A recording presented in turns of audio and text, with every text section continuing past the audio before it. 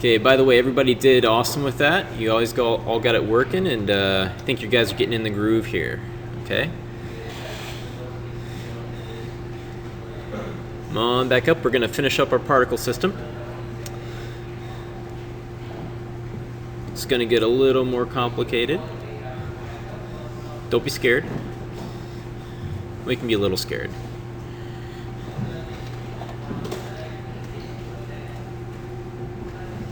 Okay.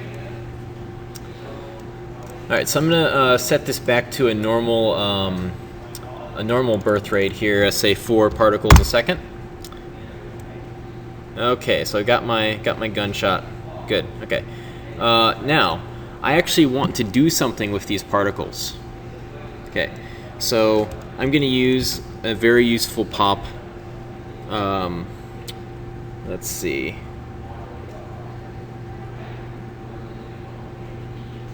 Split. Okay. Now it does what the name implies. It'll take one particle and it'll split it into more particles. So this is very useful for sparks and things like that. All right. So I actually don't want a force on my bullets. I don't want it to really fall. Okay, I just want it to shoot in one direction, okay? Now, when it hits this wall, okay, I want it to split into more particles. Okay, so if you just turn this on by default, okay, you're probably not going to see anything happen. Now, it already did the operation. It's just that it's killing the particle, inheriting the velocity, and making a new particle. Okay, so it just gave us what we already had. Emission type from particle.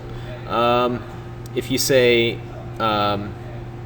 let's see, birth probability, oh, I want, let's see, 20, and I want the velocity to vary a bit, so let's say,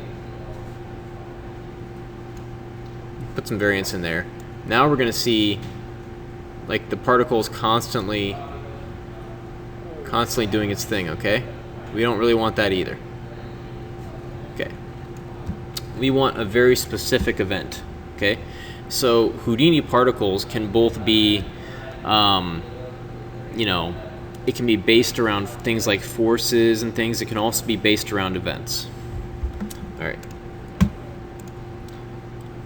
So for that, we use groups. So if this thing collides, I want a collision group. Okay, so right now my particles they don't have any groups on them. They have a few attributes. However, I'm going to call this collision split. Okay, that'll be the group that they get into. They're put in this group once they collide with this wall. Okay, it's on my collision. So now, boom. Okay, is there a collision group here? 0 points. Okay, if I go to frame 10, I'll see one. Okay, frame 9. 1 point in collision split. See that? So it means that this guy's colliding right now. Okay. So then I tell my split that I only want it to operate on collision split. So that means it's only going to split once it collides, okay?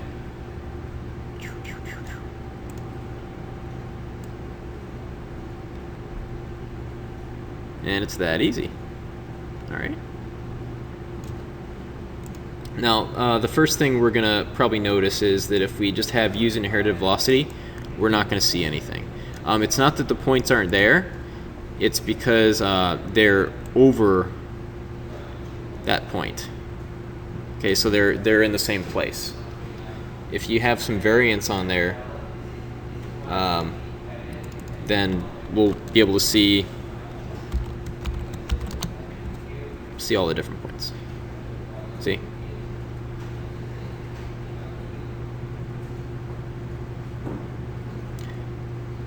Okay. Now, one thing I like to do with splits is I actually like to color stuff to see what's going on. Okay? So I'm gonna put just a color. This is basically like the point SOP we used last week, only it just does color. It's just a useful utility. So under color, I'm gonna go to parameter, delete channels. I'm gonna make the bullets red. Okay. So now everything's red. I want to make the result of the split. Let's do that like yellow for sparks for the time being. Okay, so now you can see that our bullets are also going in that direction, aren't they? Okay, I don't really want my bullets to do that. Okay.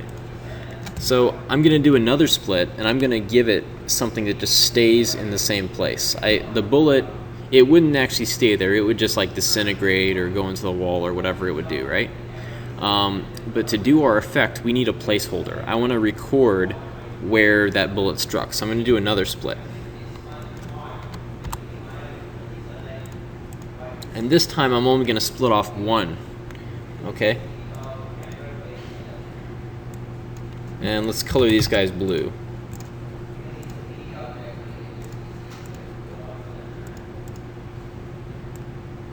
Okay, so right now it's going in the same place as our previous particles. I want this split to only have set initial velocity, and the variance is going to be 0. So what that means is it's just going to stay in the same place. It's not going to have any velocity, it's just going to stay there. And that's not working. Let's see. Set initial velocity. And we need our group, right? So we need our collision split group, so it only splits when it hits the wall. Okay. There we go. See how that works? So basically I'm putting a new particle with 0 velocity right where that happens. Okay, so I've got spark particles. Boom, boom, boom. Let's put some gravity.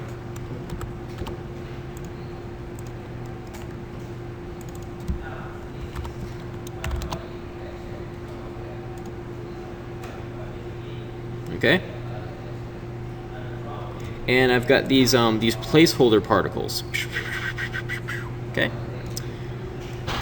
I'm also going to give these guys a group. So this will be called a birth group. So on my birth group, for my source, I'll have bullets. For this split, I'll have the birth group called sparks. And for this, I'll call it holes. Okay, so now if we have all these different groups that these points are put into. Now to get everything back together, I'm going to do a collect. And that's actually an inconsistency in Houdini. I wish they would have just called it merge, because it would be the same as the other ones, but yeah, it's called collect in particles. It does the same thing as a merge.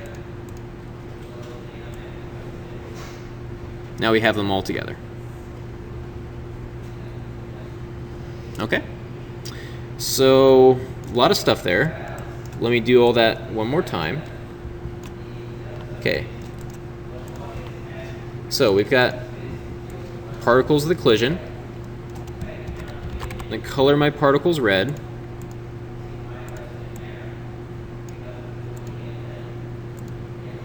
And call them a source group of bullets.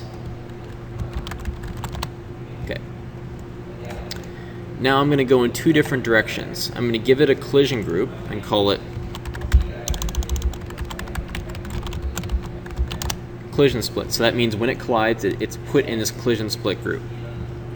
Then 2 splits from here. Okay, they're both going to use collision split. Okay, so I'll call this split to sparks. Call the next one split to holes. Okay, now the split to holes is going to only have the set velocity and to take out all the variance, so it just stays in the same place. The split to sparks is going to have lots of sparks, so it can have anywhere from 20 to 30 sparks the way I just set that up. And it's going to have some variance on it too. Okay. So that and that. Okay. Now I'm going to put some gravity on the sparks.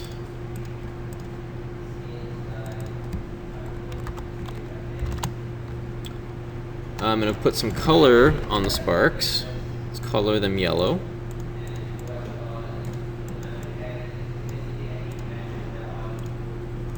I'm going to put some color on the holes, color them blue. And collect them all back into the same system.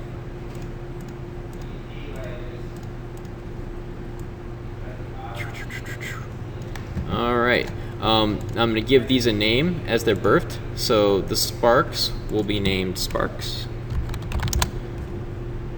And the holes will be named holes. And then if we go out of the particle network, we can see that we have all these nicely ordered groups here, so we can use for other things. So I have holes and sparks and stuff like that.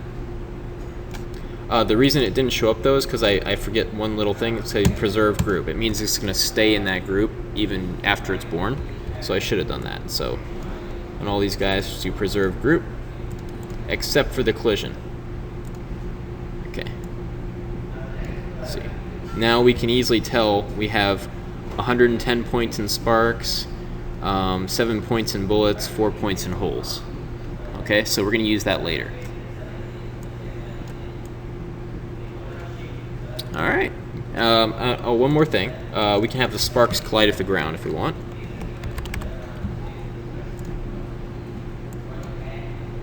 Use third context geometry. Bounce on collision. I'll have a small bounce. There we go. Sparks are just laying on the ground there. We probably don't want them to live that long, do we? So what can I adjust on the sparks to make them not live as long?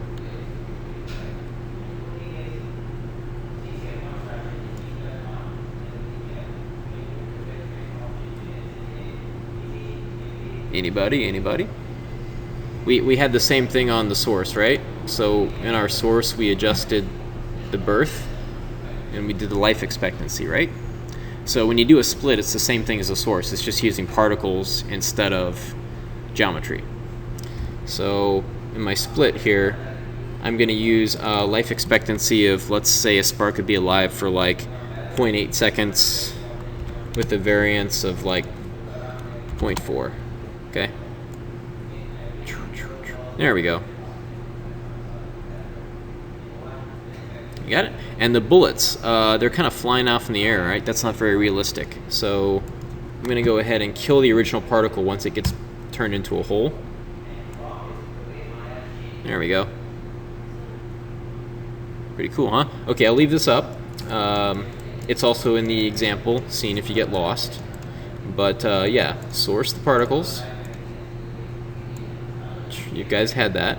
Turn them red. Collide at the wall. Split them to sparks. Split them to holes using the collision group.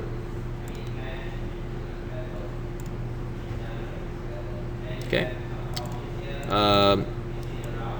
Sparks fall down. Color them yellow. Color the holes blue. And kill the original once it gets turned into a hole. Have the sparks collide at the ground, and collect it all together.